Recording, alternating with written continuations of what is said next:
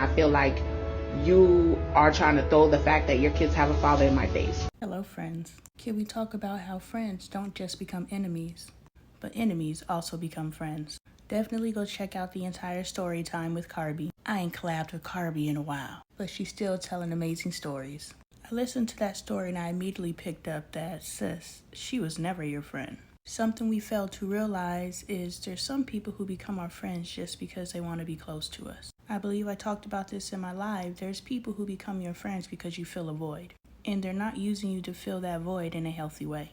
This would be that trauma bonding I'm always talking about. In the case of this particular situation, I could probably guess that this was a proximity friend. A proximity friend is a friend that is a friend simply because they are close and tangible. Hey, we're both in the same room at the same time every day. Let's be friends. Y'all know what it is. When you have proximity friends and situational friends, you align with people that you don't necessarily want to align with, but they at least have one thing that you guys have in common. So this friendship was probably formed on one commonality, but you guys probably had nothing else in common.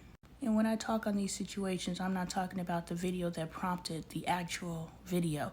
I'm talking about, let's start paying attention to how many enemies we have next to us that we are calling friends. This is a great example of being unequally yoked. Yes, you can be unequally yoked in your friendships. Are you living a life that your friend is not living? You are unequally yoked. Your friends should be people who motivate you and inspire you. Not necessarily that they have things that you desire, but they inspire you and show you the possibilities. Because you have similar dreams and similar aspirations. These are the people who push you to your highest plateau. And they also know once you plateau, you gotta go. Friendship isn't forever. And too many of you guys are forcing friendships which are turning friends into enemies, which is a whole nother video. See, emotions and feelings of the voids in your life are going to manifest in a couple of ways. Insecurities that you hold for yourself are going to manifest in a couple of ways. If you are progressive, when you see people doing the things that you aspire to do, you are inspired. You are seeing the possibilities because you are progressive and you know what your potential is. But if you are not progressive and you're a dissenter and you see people who are around you who are progressing in life, you receive that progression as them throwing their lives in your face. See, it's very difficult to be friends with someone who is a dissenter. It's very difficult to be friends with someone who views your life as a threat. It's very difficult to be friends with someone who has no hope. And you can't give a hopeless person hope. They're hopeless. Carby aligned with a dissenter, and Carby probably knew this individual was a dissenter because every time she talked about good things in her life, her friend probably was like, huh. But I bet you she piped up every time Carby talked about some fuck shit. These are the hindsight relationships that you look back at your life and you be like, damn, that person really didn't even like me. I was on live last night talking about how I realized my best friend's sister cousin didn't really like me. She tolerated me for one reason or another, and I tolerated her for whatever reason I did. We both were filling a void within each other. It came across like I was a desperate one, but if you are hanging out with someone who is desperate, how desperate are you?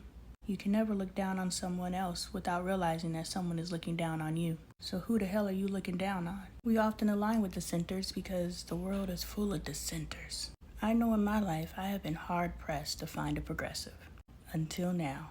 I am now vibrating at the frequency that aligns with people who align with me. I have now casted a wide enough net on this here worldwide internet and expanded my circle of friends worldwide. So now I don't have to just look within my physical proximity for people that I can align with, for people I can trauma bond with, because we really can't do much else. Because I'm a progressive and you're not. But now that my net goes across the world, I have now aligned myself with progressives. It's those people who are able to self-check and realize that whatever's going on in somebody else's life ain't got nothing to do with them. And they also realize whatever's going on in my life have nothing to do with you. So it wasn't that Carby was throwing anything going on in her life with her kids. It's just that what was going on in Carby's life was bumping up against an insecurity within her. Carby could probably be like, whew, my husband calling again. And her insecure ass friend would be like, always talking about your husband. Why? Because that's an insecurity within her. People want to be like me too. And if you're with a friend that cannot me too, or you cannot me too with, then guess what? That's not an equally yoked relationship. Because a person who cannot me too will either fill a void, manifest jealousy, or feel inspired and manifest possibilities. I realize that y'all probably don't even notice me on y'all's For You page half the time, until you do. And it's probably the message that I'm giving in that video that is perfectly for you in that time. For You page. And because that message is perfectly for you, for some reason, your conscious or subconscious brought me to your attention in that moment. And I know that's true because plenty of you guys people say, man, I've been seeing you on my For You page, but never paid you attention until now, and this message was for me. And now you know what I'm about, now you rock with me, but most of the time I was brought to your attention because you needed me. You didn't need me, you needed the message, but you get the point. Same parallel with this friend. Carby is just speaking and living in her truth. But there are things that Carby is saying and speaking within her truth that are bumping up against her friend. I wouldn't pay attention to Carby talking about her kids having a father or her husband. Why? Because my kids got a daddy and I got a husband too.